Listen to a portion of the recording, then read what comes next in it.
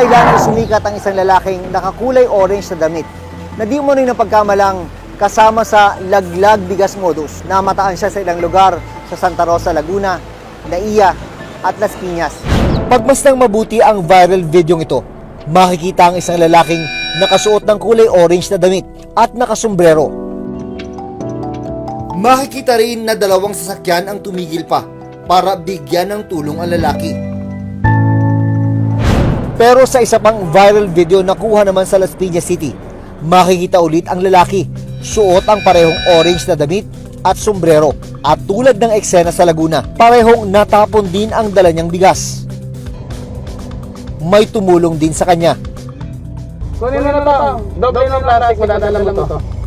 Kunin mo na. Pero hindi pa rito huling nakita ang lalaki. Kuya, wag mo na bulutin yan. Sa isa pang viral video sa may Naiya sa Parañaque City, nakunan ulit ng video ang lalaki. Suot ang parehong damit at sombrero. Gaya ng nakunan sa Laguna at Parañaque, natapon din ang bitbit niyang bigas.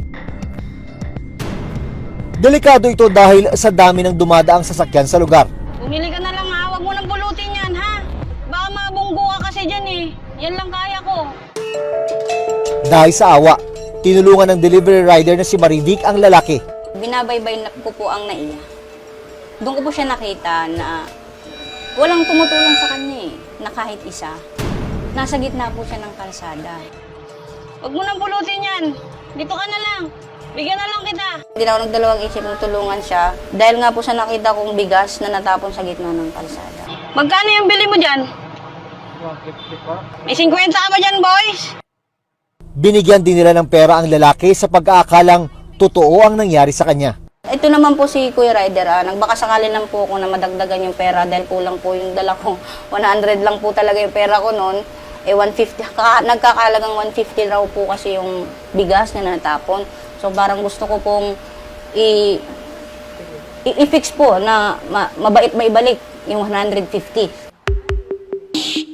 Nang i-post ito ni Marivic sa social media, dito na niya nalaman na isa pala itong modus. Nakikita na namin siya sa mga Facebook, trending siya na sa iba't ibang lugar ginagawa niya po yun. Para masiguro kung totoo ba ang laglag bigas modus ng lalaki, hinanap ng team ang mga lugar kung saan siya namataan. Una naming pinuntahan ang kalsadang ito sa Laguna. Hindi ko pa nakikita yan. Pero kadalasan yung mga namamalimos banda doon. Kasi nung Pasko may mga nagmamalimos doon eh. Hindi ngayon ko lang yung nakita. Pero may nakikita ako mga ano naman doon natatanda. Pero wala ni isa sa mga napagtanungan namin ang nakakita o nakakakilala sa lalaki. Ngayon lang siguro yan. Lagi naman ako nadaan dito eh. Ngayon lang yan naglabas. Sinubukan din naming ikutin ang highway sa Parañaque. Nagbabaka sakaling makita ang lalaki sa video, pero wala siya rito. Hanggang sa napag-alaman namin na may post sa social media ang nagpakilalang kapatid ng lalaki sa video. Pero ayon sa post ng kanyang kapatid, meron palang mental condition ang lalaki. Para kumpirmahin ito, sinadya namin ang barangay kung saan nakatira ang lalaki sa video.